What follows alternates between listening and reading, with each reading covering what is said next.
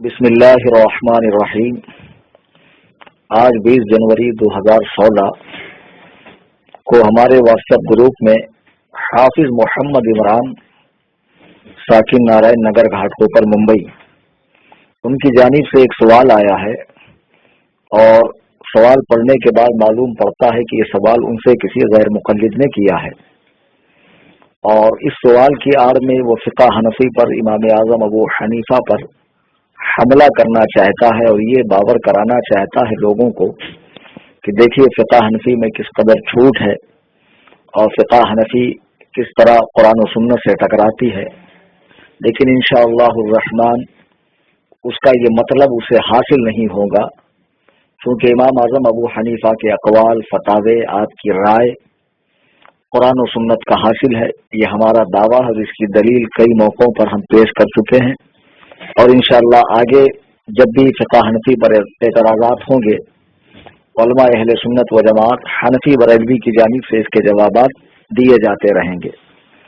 سر دست جو سوال ہمارے گروپ میں آیا وہ یہ ہے کہ فقہ حنفی کی کتاب ہدایہ میں امام اعظم ابو حنیفہ کا یہ قول ہے کہ اگر کوئی شخص محرمات ابدیہ سے نکاح کر لے، محرمات ابدیہ یعنی ایسی عورتیں جن سے اللہ تبارک و تعالی نے ہمیشہ کے لیے نکاح کو حرام قرار دیا، مثلا بیٹی، بہن، ماں، پھوپھو، خالہ، ٹھیک ہے نا، اور پھر ان سے جماع بھی کرے، تو امام ابو حنیفہ کے مطابق اس پر حد نہیں ہوگی، جبکہ امام ابو یوسف اور امام محمد اور امام شافعی رحمۃ اللہ علیہ کے مطابق ان پر حد ہوگی، ایسے شخص پر حد ہوگی جو محرمات ابدیہ سے نکاح کرے۔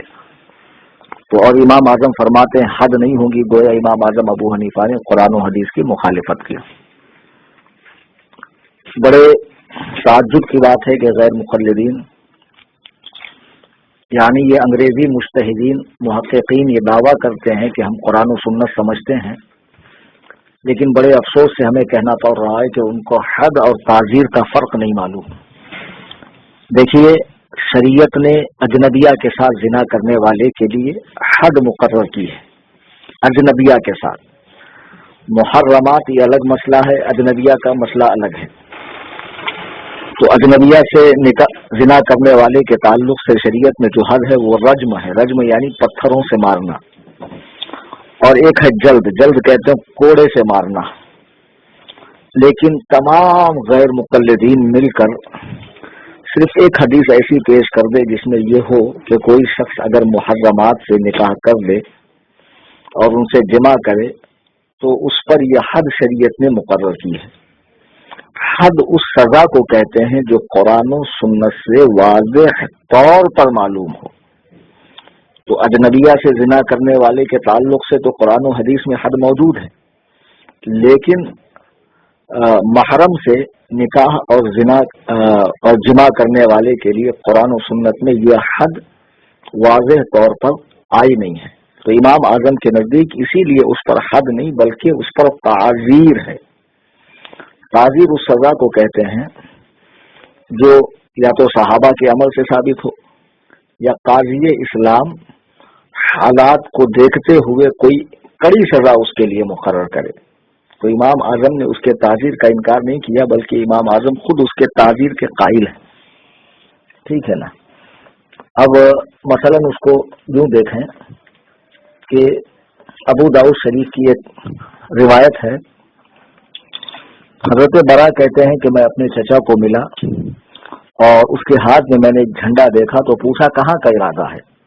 انہوں نے کہا مجھے نبی صلی اللہ علیہ وسلم نے ایک شخص کی طرف بھیجا ہے جس نے اپنے باپ کی بیوی سے نکاح کر لیا ہے، اور مجھے حکم دیا گیا کہ میں اس کو قتل کر دوں اور اس کا مال چھین لوں۔ دیکھیے قتل کرنا اور مال چھیننا یہ زنا کی حدوں میں سے نہیں ہے کہ زنا کی حد میں اسے یا تو پتھر مارنا ہے یا کوڑے مارنا ہے، لیکن اس شخص نے اپنی باپ کی بیوی سے یعنی سوتیلی ماں سے نکاح کیا جبکہ وہ اس کے باپ کے نکاح میں تھی، اس کے لیے اس کی سزا کیا طے پائی؟ قتل کرنا طے پائی۔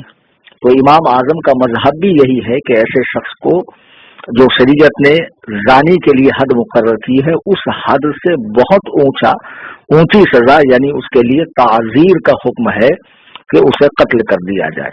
چنانچہ آپ تحاوی دیکھ لیں، فتح القدیر دیکھ لیں، در مختار عالمگیری دیکھ لیں. مثلا تحاوی جلد دوم صفحہ 97 میں ہے کہ یہ زنا سے بہت بڑا گناہ ہے.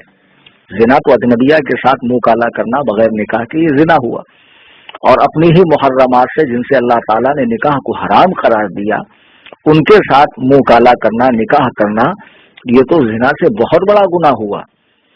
اب تمام باتوں کو سمجھنے کے بعد اس کا خلاصہ 3 باتوں میں آپ سمجھیں. اس مسئلے کی 3 صورتیں ہوئی. پہلا، محرمات میں سے کسی نے نکاح کیا، حلال و جائز سمجھ کر کیا تو کافر و مرتد ہو گئے، اور مرتد کی سزا کیا ہے؟ قتل ہے. لہذا اس پر ارتداد کی شرعی سزا نافذ ہوگی. اور اگر نکاح حرام و ناجائز سمجھ کر کیا تو اس کے لیے شرعاً کوئی حد مقرر نہیں، یعنی اس نے صرف نکاح کیا، ناجائز و حرام سمجھ کر کیا لیکن زنا نہیں کیا، تو چونکہ شریعت میں اس کی کوئی حد مقرر نہیں ہے. البتہ جب یہ مسئلہ قاضی کے پاس جائے، سلطان اسلام کے پاس جائے، تو وہ اس کی جو چاہے سزا تجویز کر سکتا ہے، چونکہ قرآن و سنت میں تو اس کی سزا وارد نہیں ہوئی، اور وہ سزا قتل بھی ہو سکتی ہے. اور دوسری صورت، نکاح کے بعد اگر اس نے وطی و مباشرت بھی کر لی تو تعزیراً اس کو قتل ہی کیا جائے گا، یا قاضی جو چاہے اسے سزا دے. یعنی اپنی ہی محرمات سے نکاح کر لیا. ایک ہے کہ جائز سمجھ کر کیا تو کافر و مرتد ہو گئے، دوسرا یہ ہے کہ حرام سمجھ کر کیا لیکن اس سے مباشرت نہیں کی، اس نے اس سے ملاپ نہیں ہوا اس کا، تو اس صورت میں بھی قاضی چاہے تو اسے قتل کی سزا دے سکتا ہے، اور لیکن شریعت نے اس کی سزا مقرر نہیں کی ہے. تیسرا یہ کہ اگر کسی نے محرمات سے زنا کیا، یعنی نہ اس نے اس سے اپنی محرمات میں سے کسی سے شادی نکاح کیا، نہ اس نکاح کو جائز سمجھا بلکہ ڈائریکٹ زنا کیا، تو اس پر زنا کی حد جاری ہوں گی جو زنا کے لیے حد ہے. آپ حضرات مسئلے کو اچھی طریقے سے سمجھ لیں. ایسا کہیں بھی نہیں ہے کہ امام اعظم نے فرمایا کہ اس پر حد بھی جاری نہیں ہوگی اور اس پر تعزیر کا حکم بھی نہیں ہے. اگر یہ بات ہوتی تب کہا جاتا کہ امام اعظم ابو حنیفہ کے مذہب میں آسانی ہے، چھوٹ ہے، اور یہ حنفی مذہب جو ہے قرآن و سنت کے خلاف ہے، لیکن ایسا تو قطعی طور پر نہیں ہے. امام اعظم نے جو کچھ فرمایا وہ قرآن و سنت کے مطابق ہے، اور آج کے مفتیان کرام بھی جب فتویٰ دیں گے تو وہ اس کا خیال کریں گے کہ امام اعظم ابو حنیفہ کے قول پر فتویٰ دیں، نہ کہ صاحبین کے قول پہ اور نہ امام شافعی رحمہ اللہ کے قول پر. اور ایک بات، فتح القدیر میں حافظ ابن حمام فرماتے ہیں کہ اگر کسی نے کہا کہ ماں بیٹی وغیرہ سے نکاح جائز ہے، وہ کافر ہے، مرتد ہے اور واجب القتل ہے. سمجھا؟ تو اس طریقے سے ہدایہ کا جو اعتراض پیش کیا گیا اس کا ہم نے پورا خلاصہ پیش کر دیا کہ امام اعظم ابو حنیفہ نے اس لیے فرمایا کہ اس پر حد نہیں ہے چونکہ محرمات سے نکاح کرنے والے کی حد قرآن و سنت میں بیان نہیں ہوئی ہے.